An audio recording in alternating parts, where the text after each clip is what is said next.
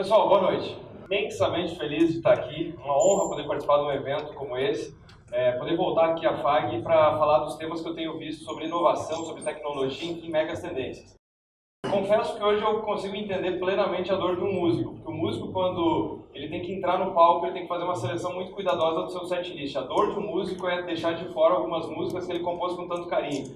E o desafio que o TED nos traz é selecionar esses temas e causar esse impacto em menos de 18 minutos. Então nós temos que selecionar com muito carinho o que nós vamos falar nesse tempo, porque o propósito massivo do TED é fazer o quê? Espalhar ideias que vão transformar o mundo, poder tocar as pessoas para que essas pessoas possam sair daqui e serem protagonistas dessa mudança que nós queremos ver no mundo. Então estou muito feliz de estar aqui com vocês, compartilhando algumas dessas ideias. Bom, a pergunta que eu coloco no começo é o seguinte: qual vai ser o nosso papel enquanto pessoas e como profissionais em um mundo que é exponencial? Por que eu coloco essa pergunta? A tecnologia tem evoluído num ritmo exponencial, absolutamente geométrico.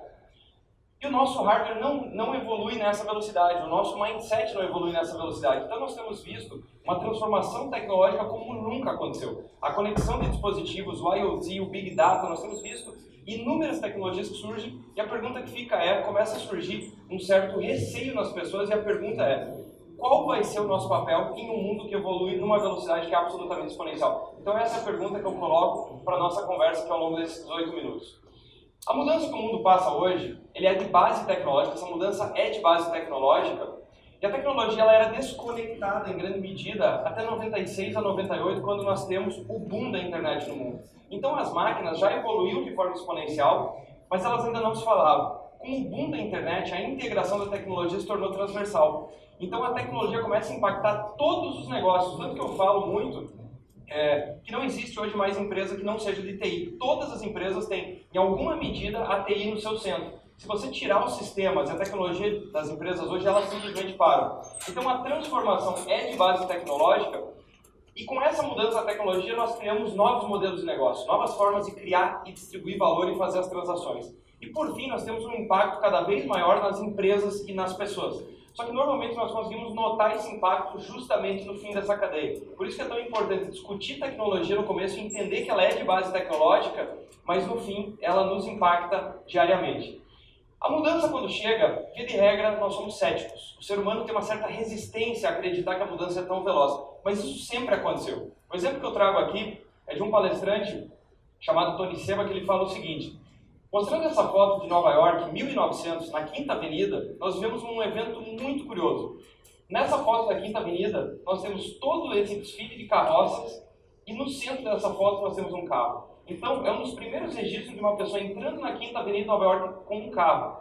E nesse momento, essas pessoas foram questionadas se essa era uma tendência que veio para ficar. E naturalmente as pessoas responderam: nós acreditamos que não. Essa é uma tendência, vai ser muito caro, não é confiável e não sabemos se isso vai se proliferar.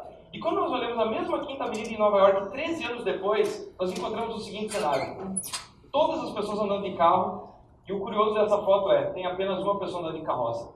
Então o que a tecnologia causa? Aquilo que é extravagante, aquilo que é muito estranho num momento, logo depois é aceito por toda a população. E essa mudança tem acontecia em décadas, e hoje ela acontece em semanas, para não se falar de dias. Então esse é um componente muito importante. Quando falamos de mudança, eu estou trazendo para vocês aqui uma imagem da impressora 3D há 8 anos atrás. Era uma curiosidade. Há 8 anos atrás, essa notícia publicada aqui no Brasil falando o seguinte: chega uma das primeiras impressoras 3D, $30 mil para prototipagem, e a imagem que fica na nossa cabeça é que é isso, que é algo que vai demorar muito, que vai demorar décadas para isso acontecer. E aí nós avançamos no tempo, meros 8 anos, e nos deparamos com isso. Que se você tomou um avião no último ano, em 2016, seja um avião da Boeing ou do Airbus, 12 peças da turbina já são feitas com impressora 3D.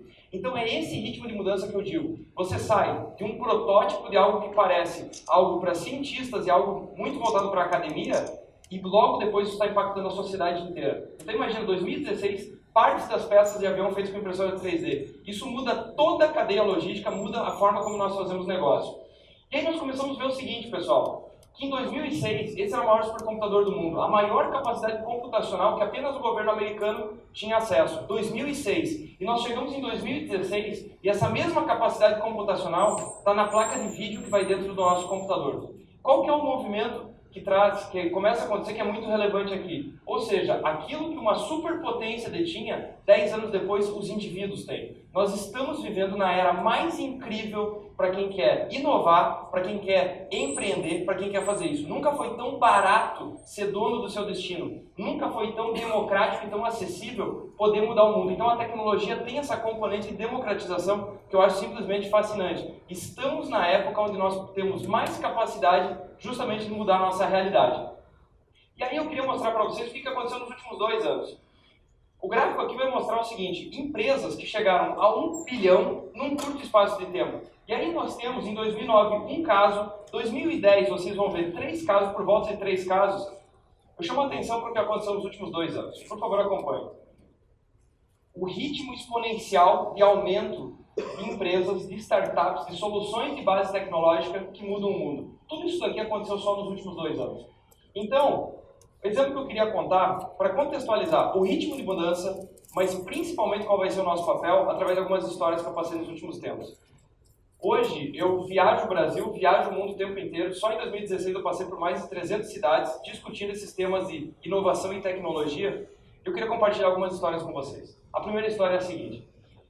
Quando eu estava numa conferência no Chile no ano passado, eu ouvi falar sobre mapeamento do genoma humano, que em 2003, pela primeira vez, uma pessoa teve o seu genoma mapeado. E qual é o impacto disso? Lá tem basicamente toda a sua constituição física. Tem a propensão a você desenvolver determinados tipos de doença ao longo da vida. E em 2003, o mapeamento genético custava mais do que 3 bilhões de dólares.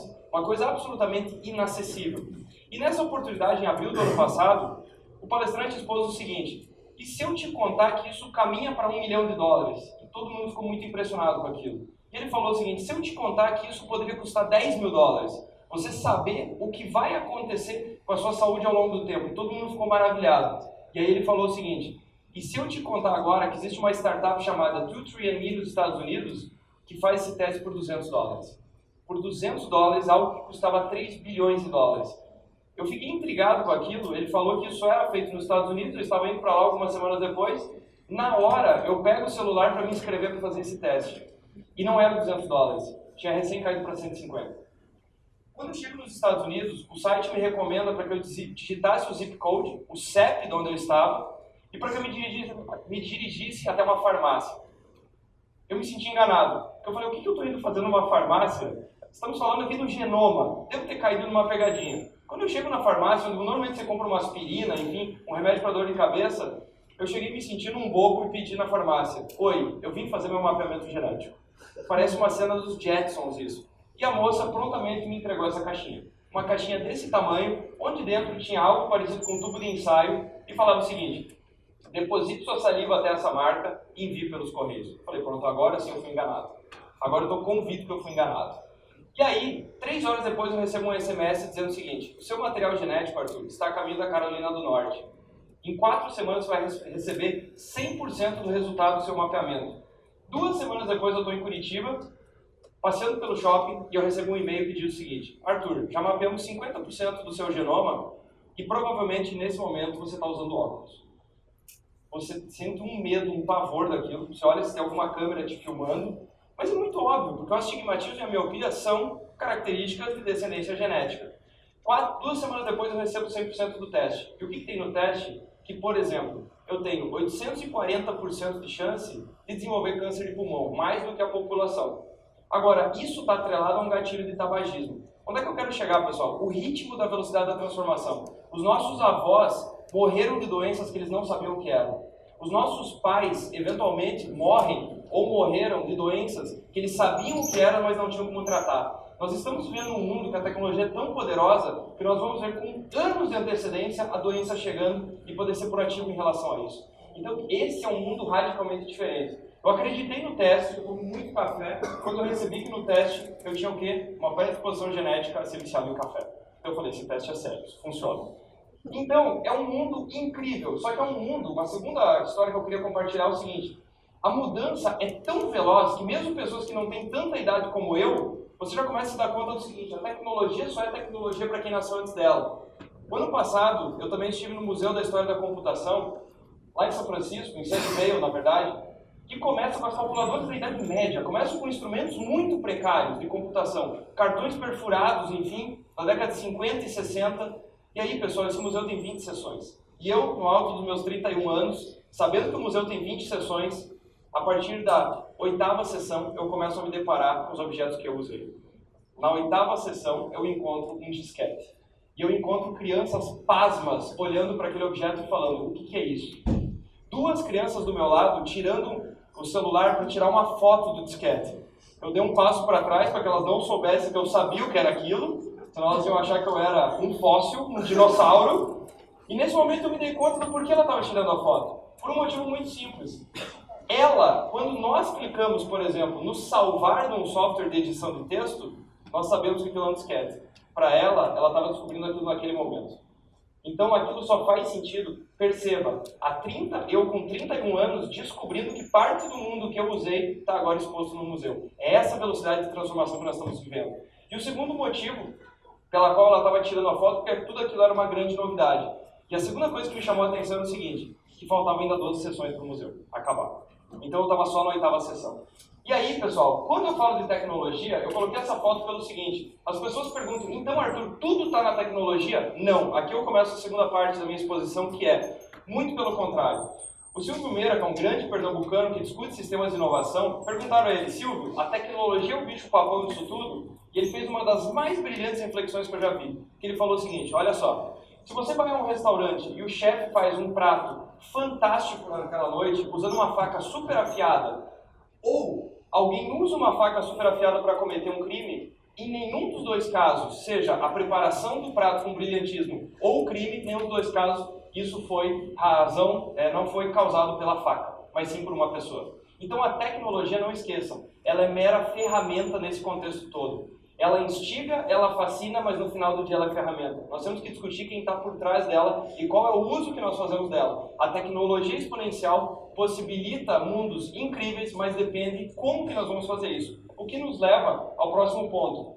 A tecnologia pode potencializar a nossa ação, pode nos fazer muito mais. Nós podemos fazer muito mais com a tecnologia, ou ela pode ser uma grande distração. Ela pode nos levar à ação, ou nós podemos passar horas mergulhados em redes sociais, perdendo o nosso dia. Então depende muito do nosso enfoque. E aí eu queria contar mais uma história, que a tecnologia ela tem que ser encarada com perspectiva. Por exemplo, tem pessoas se lamentando sobre a chegada do Uber, de outras tecnologias. Eu queria contar uma história que eu passei em São Paulo ano passado. Saindo de uma reunião, perto das Nações Unidas, no escritório de uma empresa de tecnologia, eu e um empresário de TI, chamamos um Uber. E no meio do caminho, nós começamos a discutir sobre os resultados da reunião. A reunião tinha sido muito proveitosa e nós falávamos, nossa, nós vamos integrar essa ferramenta com Big Data, vai ser um grande projeto. E nesse momento, o motorista do Uber começa a discutir sobre Big Data com a gente. E ele começa a falar, olha só, eu acho que faz sentido se vocês me permitem. Vocês estão falando de tal plataforma, usar tal ferramenta. E tudo que ele falava fazia sentido, dentro do Uber. E nós ficamos assim, caramba, quem é essa pessoa? Tudo fazia sentido. E ele vira pra gente, muitos enxergam o Uber como uma mera alternativa. Nesse momento, ele vira pra gente, entrega o cartão e fala o seguinte, senhores, isso aqui na verdade é o meu escritório. Eu tenho a chance de ficar perto de empresas de tecnologia, encontrar pessoas como você e, na verdade, eu sou um agente de marketing que entende de Big Data. Isso aqui é o meu escritório para poder ter acesso a pessoas como vocês. Então veja que a perspectiva de como nós usamos a tecnologia para criar oportunidades. Eu fiquei absolutamente pasmo com aquilo. Muitos criticando, enfim, e essa pessoa criando essa história absolutamente única. E aí eu queria chegar na história de que, além da perspectiva e além de encarar a ferramenta, a tecnologia como ferramenta, a terceira história que eu queria compartilhar, que foi incrível, foi o seguinte: aprender sobre maturidade e paixão por aprender. Isso daqui, a tecnologia vai provocar isso, que as pessoas têm uma capacidade de se reinventar e aprender o tempo inteiro. Há pouco mais de um ano atrás, eu fui convidado para dar um treinamento em Ji-Paraná. Eu nunca tinha ido até lá. E essa história me marcou profundamente. Uma das coisas que mais me marcou, como as pessoas que vão assumir esse protagonismo e ter paixão por aprender, essas pessoas vão se dar bem num mundo muito tecnológico. A situação que eu vivi foi a seguinte: é extremamente difícil chegar até Ji-Paraná. Eu tomei um voo até Campinas, depois eu fui para Cuiabá, depois eu fui para Porto Velho, e o último trecho até Ji-Paraná tinham me falado que era só um pulinho. De fato o ônibus pula pra caramba. Então pulou muito até chegar em Ji-Paraná.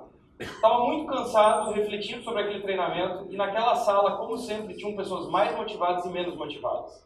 E a pessoa mais motivada da sala se chamava Marcos. Durante 2 dias participando ativamente, entregando suor o tempo inteiro e querendo aprender. Ao final do segundo dia ele fala o seguinte: Arthur, eu gostaria de jantar contigo para aprender mais. E ele não chegou na janta. Uma outra pessoa foi me buscar até o hotel. Eu perguntei o porquê. Essa pessoa me falou: Marcos teve um pequeno problema familiar. Pequeno problema familiar não era um pequeno problema. Eu falei: mas que problema foi esse? Na verdade é um grande problema. E ele vai se atrasar. E eventualmente o Marcos chegou na janta. E aí eu fiquei sabendo que o que tinha acontecido era o seguinte: isso era uma terça-feira. O filho dele tinha resolvido tirar a própria vida dias atrás. E o Marcos, eu falei: meu Deus, o que essa pessoa estava fazendo no treinamento e estava fazendo na janta? E o Marcos chega até lá, na janta, eu fiquei chocado. Eu falei: Marcos, você está bem? Será que ele não está negando esse luto? E ele falou o seguinte: Arthur, claro que eu não estou bem. Mas eu estou aprendendo a lidar com o fato de que meu filho não queria mais estar nessa dimensão. Então eu estou lidando com o fato de eu querer ele aqui comigo. Eu estou aprendendo com relação a isso. Eu falei: e o que você estava fazendo no treinamento se você tinha todas as desculpas do mundo para não estar lá? Ele falou: então, além de me ajudar a estar nessa sala de aula, me esforçando e aprendendo, eu nunca perdi na minha vida uma chance de aprender mais. Por que eu gosto de compartilhar essa história do Marcos? Foi um dos maiores aprendizados da minha vida nos últimos tempos, e naquela sala tinham outras pessoas que não estavam aproveitando tanto assim a oportunidade. Então, o que a tecnologia nos traz? Uma chance única, inigualável de transformar o mundo, mas no final do dia depende da nossa capacidade de adaptação, da nossa capacidade de querer aprender, de querer fazer isso no mundo. Então, pessoal, a provocação que eu faço é o seguinte: será que são as máquinas que estão tomando o nosso espaço? Eu acho que é exatamente o caminho.